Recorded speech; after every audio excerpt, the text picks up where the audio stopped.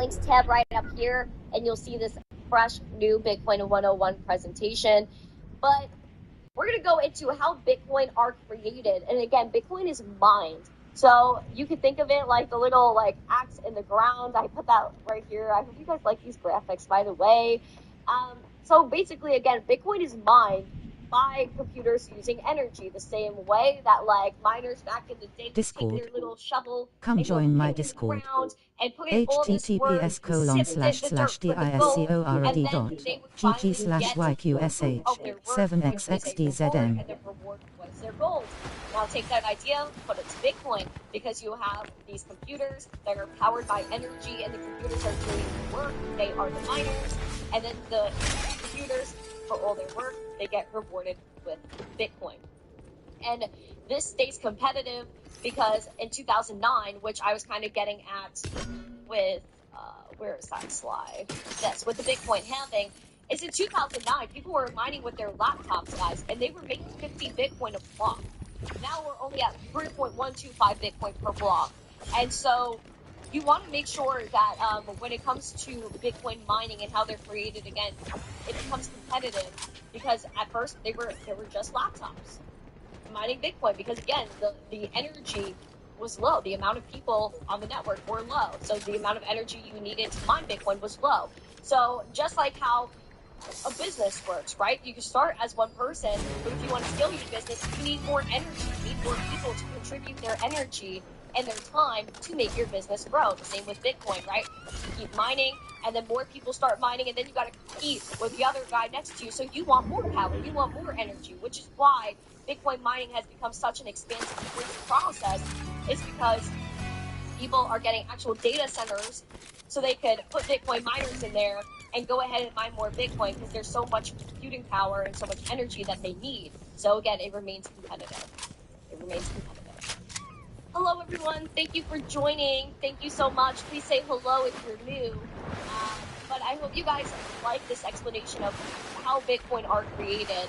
And again, there's only 3.125 Bitcoin per block now. And so we are basically halfway to the next halving, which is every 210,000 blocks, or approximately every 4 years.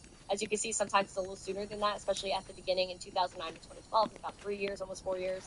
And then it was 2016, 2020, 2024. And then probably, again, by mid-2028, or maybe even before that, we'll see the next Bitcoin halving. Again, it depends on the 210,000 block mark, so it's not exactly timed.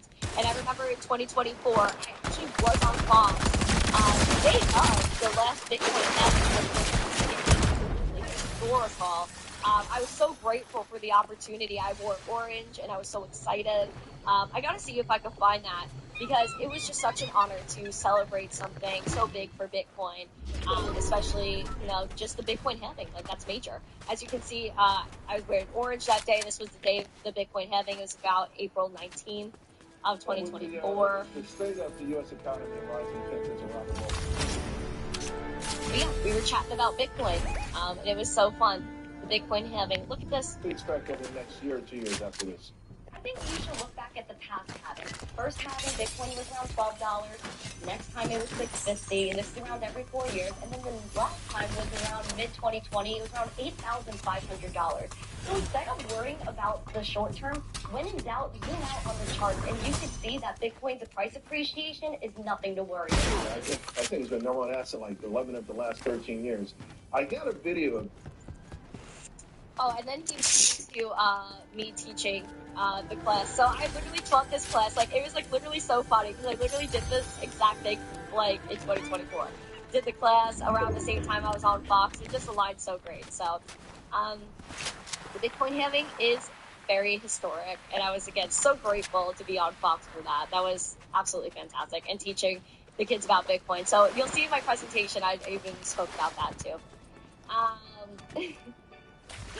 Also, guys, I know you guys are asking to see this whole thing on Fox. I do have the whole thing, so if there's something you want to see, let me know. I do have the whole special, like, screen recorded and downloaded, but I just haven't edited it yet. Also, I could play this clip for you about quantum computing, and this is kind of the spotlight of the show. Is quantum computing going to kill Bitcoin? And I think this was a huge fear-mongering tactic by God knows who in the narrative makers to try to have people doubt Bitcoin. And I spoke about it on Fox as to why it's not a problem. Let's do it.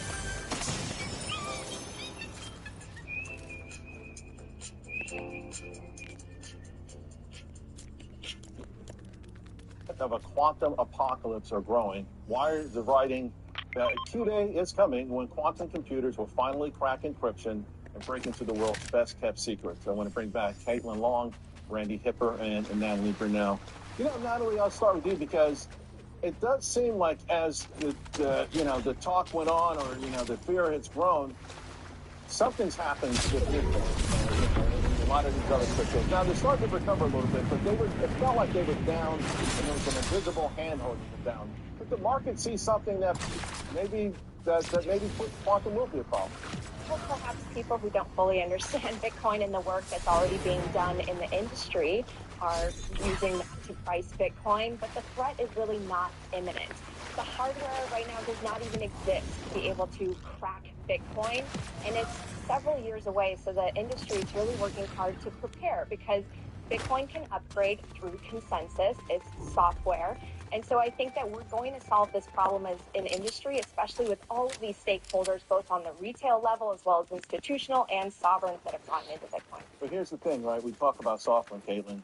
Software stocks, the biggest companies that have ever existed, Microsoft is getting hammered, ServiceNow getting hammered, Salesforce.com getting hammered. Software has been annihilated, and not just software, other industries, because of potential AI threats. So when do you start this push for consensus? Because I think if you're too confident, you're going to be caught flat-footed. For software, for AI, in part because the services business is going to be disrupted.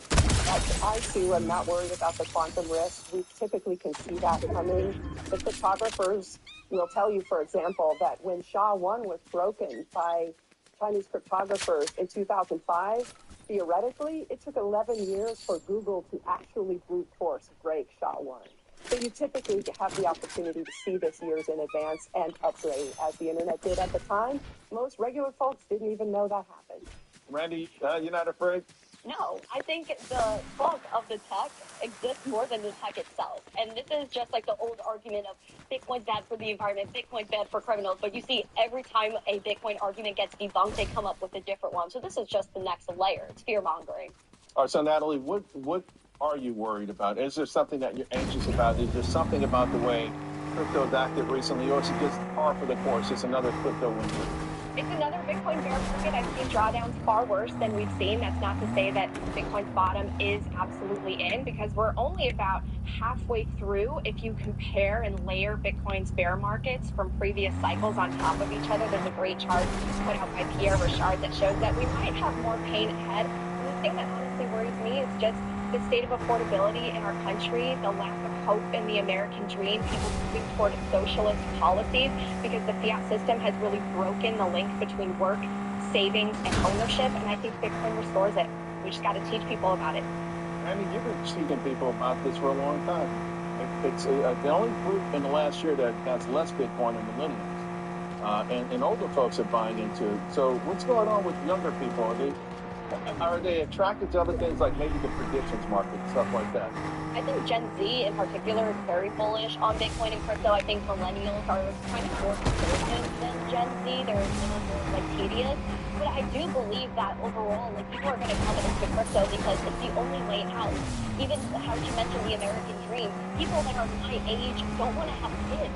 They don't even know how they're going to have a house one day because they're working 3 different jobs just to afford a basic lifestyle. Even a gym membership is intimidating to people in my generation. But as we're seeing, Bitcoin is the best performing asset of all time. And that's not going to stop because the world needs Bitcoin. Bitcoin doesn't need the world. It's a standalone technology that saves us all in truth. Caitlin, are you concerned about anything? No, not really.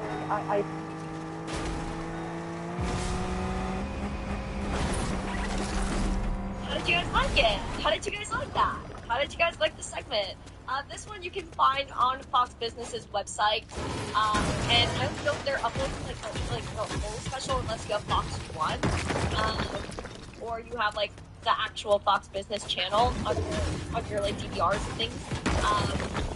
But yeah, this was it. A gym membership is intimidating to some people. You know, I was watching a video last night, and this is like some perspective too. So there's like this influencer couple on TikTok, right? So their sub came across my feed, and they were talking about how they spent $200 on one dinner, right? And the comments were just like coming at them, like, I don't even have $200 for groceries this week, or I don't even have $200, period. Like, people are struggling, and Bitcoin is the way out, because if we adopt the Bitcoin standard, then we need to be able to conserve our purchasing power, and that's what Bitcoin does. Yeah, so, I mean, it is what it is, and I'm very bullish on Bitcoin. How many likes we have? Do we have at least 75 likes? I don't know how many likes we have. Or did you hit the like button yet? Did you hit the like button yet? Guys, where are you? Guys, please smash the like. I feel like everyone should be able to bring their own input. Everyone should have a voice. I agree with that. Ben, a member for 28 months. A great job on Fox. We're so proud. Oh, thank you. I appreciate it. Thank you guys so much. Off the record, crypto will be on Fox Monday through Friday. I mean, I wish, man. I wish. But we're gonna get there eventually. Don't worry, guys. This is just the beginning of our Fox journey. Even though we've been going on Fox for 5 years now, about 5, almost 6 years. So I'm very bullish. I'm very bullish on Fox News, and I think they're really things, and I think they are collaborative of Bitcoin and crypto, and I don't think there's any other news station that so I give Charles Long credit to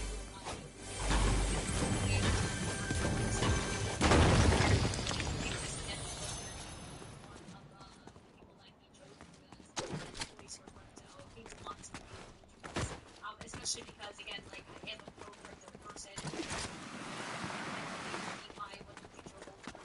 And we need crypto. And I talk about that too on the special how we're living in an internet-based economy, so we need a money and financial environment that matches security, traceability, and speed. And so, yeah, this was really great. This was a picture of all of us, of course, on the shortest. And everyone else is so much taller than me.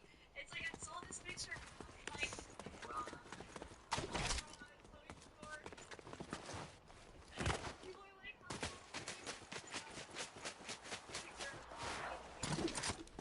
there's only one girl in this event with us, and this is like a and I agree with you. Because she was like, again, the only girl in this class.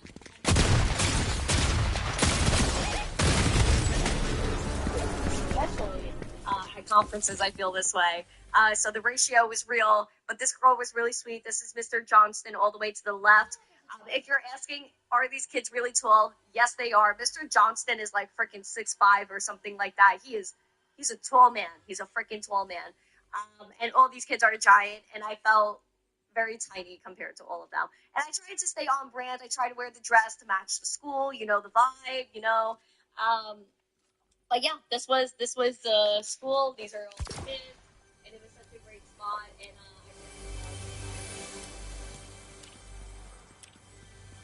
John Legend said it's on every time you miss a few streams or go to interview. Only conference things get knocked down. Yeah, I know. You're not short. They're giants. I don't know like what these kids are freaking eating and drinking. I'm walking through these hallways and they're like towering over me. Like, look at this. This is ridiculous. Like, I'm literally up to some of their shoulders. Like, I'm not even getting it.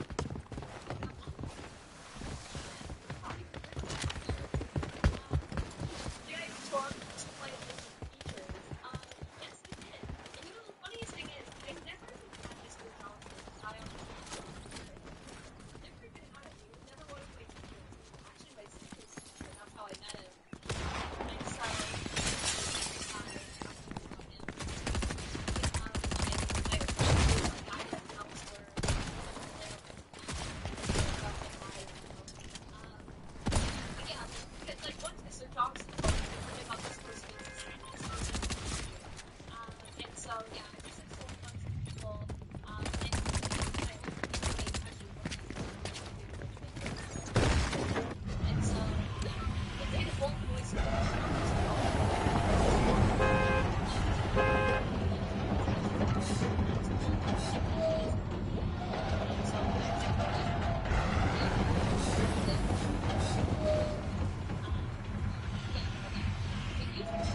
Cham.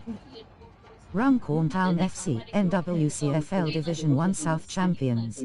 Division 1 Champion of Champions, Edward Case Cup Champion. 2025/26 Come on Town. But yeah, this was so fun. You know, it's great sense of confidence with Bitcoin and price because you know, that was far. That was absolutely far. And my old plan for gas. Well, technically, you're not sending more than it. So, like, what's it? I actually very confident long term. But yeah, it's so fun.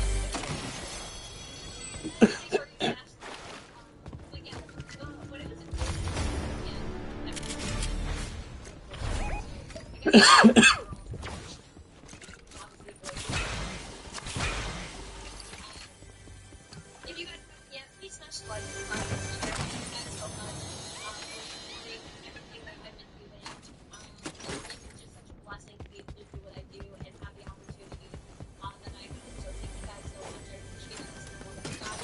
We're going to be back tomorrow morning with that, and we're going to have a on the after show. So if you're not yet, we're going to have the after show. Pop up with me. We're going to have a really good time.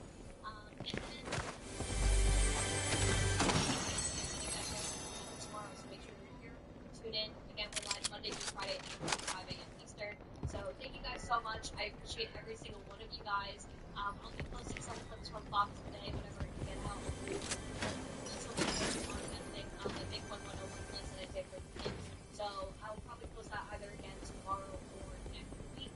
So thank you guys so much. I appreciate you, especially the last